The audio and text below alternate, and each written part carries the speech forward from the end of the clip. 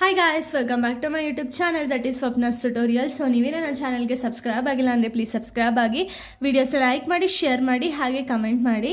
So ಈ ಒಂದು ವಿಡಿಯೋದಲ್ಲಿ ನಾನು ಸೆಕೆಂಡ್ ಸೆಮ್ BComನ ಹ್ಯೂಮನ್ ರಿಸೋರ್ಸ್ ಮ್ಯಾನೇಜ್ಮೆಂಟ್ ಅಂತ ಹೇಳಿ ಈ ಒಂದು ಸಬ್ಜೆಕ್ಟ್ನ ಎಕ್ಸ್ಪ್ಲೈನ್ ಮಾಡ್ತಿದ್ದೀನಿ.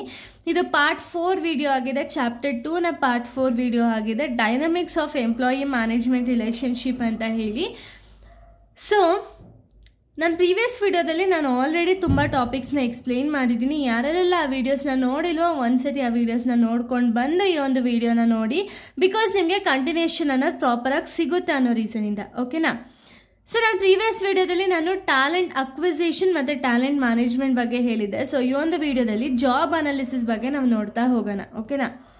ಸೊ ಜಾಬ್ ಅನಾಲಿಸಿಸ್ ಅಂದರೆ ಏನು ಅಂದರೆ, it is a systematic process of collecting, examining and interpreting information about job duties, responsibilities and requirement.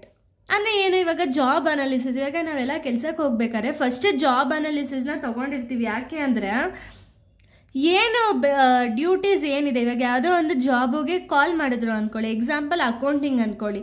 Accounting ಜಾಬ್ನ ಒಂದು ಡ್ಯೂಟೀಸ್ ಏನಿದೆ, ರೆಸ್ಪಾನ್ಸಿಬಿಲಿಟೀಸ್ ಏನಿದೆ, ಯಾವ ರೀತಿ ನಾವು ಇನ್ಫಾರ್ಮೇಷನ್ ಅನ್ನೋದನ್ನ, ಯಾವ ರೀತಿ ಒಂದು ಎಜುಕೇಷನ್ ಕ್ವಾಲಿಫಿಕೇಷನ್ ಅನ್ನೋದಿರಬೇಕು, ಕಂಪ್ಲೀಟ್ ಡೀಟೇಲ್ಸ್ನ ನಾವು ಅನಾಲಿಸಿಸ್ ಮಾಡ್ತೀವಲ್ಲ, ಅದೇ ರೀತಿ ಜಾಬ್ ಅನಾಲಿಸಿಸ್ ಅನ್ನೋದು ಕೂಡ ಒಂದು ಸಿಸ್ಟಮ್ಯಾಟಿಕ್ ಪ್ರೋಸೆಸ್ಸು. ಸೊ ಇಲ್ಲೇನು ಮಾಡ್ತಾರೆ ಅಂದರೆ, ಇನ್ಫಾರ್ಮೇಷನ್ನ ಕಲೆಕ್ಟ್ ಮಾಡ್ತಾರೆ, ಎಕ್ಸಾಮಿನ್ ಮಾಡ್ತಾರೆ, ಇಂಟರ್ಪ್ರಿಟೇಷನನ್ನು ಮಾಡ್ತಾರೆ. ಯಾವುದ್ರ ಬಗ್ಗೆ? ಜಾಬ್ ಡ್ಯೂಟೀಸ್ ಮತ್ತು ರೆಸ್ಪಾನ್ಸಿಬಿಲಿಟೀಸ್ ಆ್ಯಂಡ್ ರಿಕ್ವೈರ್ಮೆಂಟ್ಸ್ ಬಗ್ಗೆ ಇಂಟರ್ಪ್ರಿಟು ಮತ್ತು ಎಕ್ಸಾಮಿನು ಮತ್ತು ಕಲೆಕ್ಟ್ ಮಾಡೋದನ್ನ ನಾವು ಜಾಬ್ ಅನಾಲಿಸಿಸ್ ಅಂತ ಹೇಳಿ ಕರಿತೀವಿ. ಓಕೆನಾ? ಯಾಕೆ ಜಾಬ್ ಇನ್ಫಾರ್ಮೇಷನ್ ಅನ್ನೋದು ನೆಸಸರಿ ಇದೆ ಅಥವಾ ಜಾಬ್ ಅನಾಲಿಸಿಸ್ ಅನ್ನೋದು ನೆಸಸರಿ ಇದೆ ಅಂದರೆ, ನೀಡ್ ಫಾರ್ ಜಾಬ್ ಅನಾಲಿಸಿಸ್ನ ನಾವು ನೋಡೋದಾದ್ರೆ ರೆಕ್ರೂಟ್ಮೆಂಟ್ ಆ್ಯಂಡ್ ಸೆಲೆಕ್ಟಿಂಗ್. ಸೊ ಇವಾಗ ಯಾರೋ ಒಬ್ಬರು ಬಂದರು ಅಂದ್ಕೊಳ್ಳಿ ಇಂಟರ್ವ್ಯೂಗೆ, ಅಲ್ಲೇನು ಮಾಡಬೇಕು ಅಂದರೆ ಜಾಬ್ದು ಡ್ಯೂಟೀಸು ರೆಸ್ಪಾನ್ಸಿಬಿಲಿಟೀಸ್ ಪ್ರಕಾರ ಒಂದು CV ಇದೆಯಾ ಇಲ್ವಾ ಅಂತ ಹೇಳಿ ನಾವು ರೆಕ್ರೂಟ್ಮೆಂಟ್ ಆ್ಯಂಡ್ ಸೆಲೆಕ್ಟಿಂಗ್ ಮಾಡೋಕ್ಕಿಂತ ಮುಂಚೆನೇ, ಒಂದು ಸೆಲೆಕ್ಟ್ ಮಾಡೋದಕ್ಕಿಂತ ಮುಂಚೆನೇ ನೋಡಬೇಕಾಗುತ್ತೆ. ಟ್ರೈನಿಂಗ್ ಆ್ಯಂಡ್ ಡೆವಲಪ್ಮೆಂಟ್, ಇಲ್ಲೂ ಕೂಡ ಒಂದು ಎಕ್ಸಾಮಿನ್ ಮಾಡಬೇಕಾಗುತ್ತೆ ಇನ್ಫಾರ್ಮೇಷನ್ನ ಕಲೆಕ್ಟ್ ಮಾಡಬೇಕಾದ್ರೆ. ಪರ್ಫಾರ್ಮೆನ್ಸ್ ಅಪ್ರೈಸಲ್ ಅಂದರೆ ಪರ್ಫಾರ್ಮೆನ್ಸ್ ಪ್ರಾಪರ್ ಆಗಿದೆಯಾ ಇಲ್ವಾ, ಅವ್ರ ಡ್ಯೂಟೀಸ್ ಅಥವಾ ಅವ್ರ ರೆಸ್ಪಾನ್ಸಿಬಿಲಿಟೀಸ್ ಪ್ರಕಾರ ಇದೆಯಾ ಅಂತ ಹೇಳಿ ಕಲೆಕ್ಟ್ ಮಾಡೋದಕ್ಕೂ ಕೂಡ ಜಾಬ್ ಅನಾಲಿಸಿಸ್ ಅನ್ನೋದು ಇಂಪಾರ್ಟೆಂಟ್ ಆಗುತ್ತೆ. Next comprehension management. So comprehension ಮ್ಯಾನೇಜ್ಮೆಂಟ್ನ ನಾವು ಮಾಡಬೇಕಾದ್ರೂ ಕೂಡ ಇದು ತುಂಬ ಇಂಪಾರ್ಟೆಂಟ್ ಆಗಿರುತ್ತೆ, ಜಾಬ್ ಅನಾಲಿಸಿಸ್ ಅನ್ನೋದು.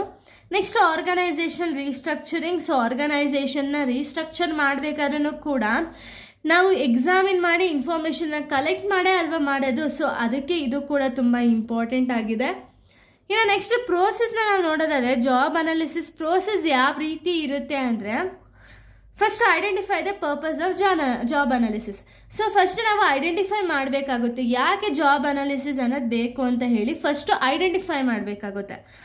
ಇದಾದಮೇಲೆ select the job to be analysed. ಅಂದರೆ ಇವಾಗ ಐಡೆಂಟಿಫೈ ಮಾಡಿದ್ಮೇಲೆ ಯಾವ ಪರ್ಪಸ್ಗೆ ಅಂತ ಹೇಳಿ ಐಡೆಂಟಿಫೈ ಮಾಡಿದ್ಮೇಲೆ ಯಾವ ಜಾಬ್ನ ಅನಲೈಸ್ ಮಾಡಬೇಕು ಅಂತ ಹೇಳಿ ನಾವು ಸೆಲೆಕ್ಟ್ ಮಾಡ್ಕೋಬೇಕಾಗುತ್ತೆ. ಸೊ ಸೆಲೆಕ್ಟ್ ಮಾಡಿಕೊಂಡು ಕಲೆಕ್ಟ್ ದ ಜಾಬ್ ಇನ್ಫಾರ್ಮೇಷನ್. ಯಾವ ಜಾಬ್ನ ನಾವು ಸೆಲೆಕ್ಟ್ ಮಾಡಿರ್ತೀವಲ್ಲ ಆ ಜಾಬ್ ರಿಲೇಟೆಡ್ ನಾವು ಇನ್ಫಾರ್ಮೇಷನ್ ಅನ್ನೋದನ್ನ ಗ್ಯಾದರ್ ಮಾಡ್ಕೋಬೇಕಾಗುತ್ತೆ. ಸೊ ಗ್ಯಾದರ್ ಮಾಡಿ analyse the job information. So collect ಮಾಡಿರೋ ಇನ್ಫಾರ್ಮೇಷನ್ ಏನಿದೆ ಅಥವಾ ಗ್ಯಾದರ್ ಮಾಡಿರೋ ಇನ್ಫಾರ್ಮೇಷನ್ ಏನಿದೆ ಅದನ್ನು ಅನಲೈಸ್ ಮಾಡಬೇಕಾಗುತ್ತೆ.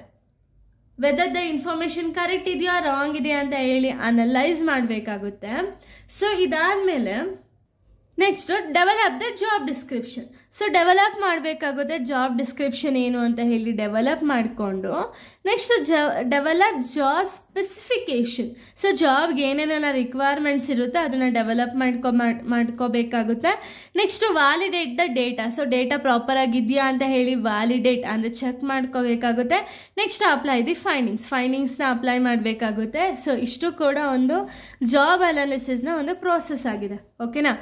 ಸೊ ಇಲ್ಲಿಗೆ ಒಂದು ವಿಡಿಯೋ ಅನ್ನೋದು ಕಂಪ್ಲೀಟ್ ಆಗುತ್ತೆ. ನೆಕ್ಸ್ಟ್ ವಿಡಿಯೋದಲ್ಲಿ ನಾನು ಬೇರೆ ಒಂದು ಟಾಪಿಕ್ನ ಎಕ್ಸ್ಪ್ಲೈನ್ ಮಾಡ್ತೀನಿ. So thank you guys, thanks for watching.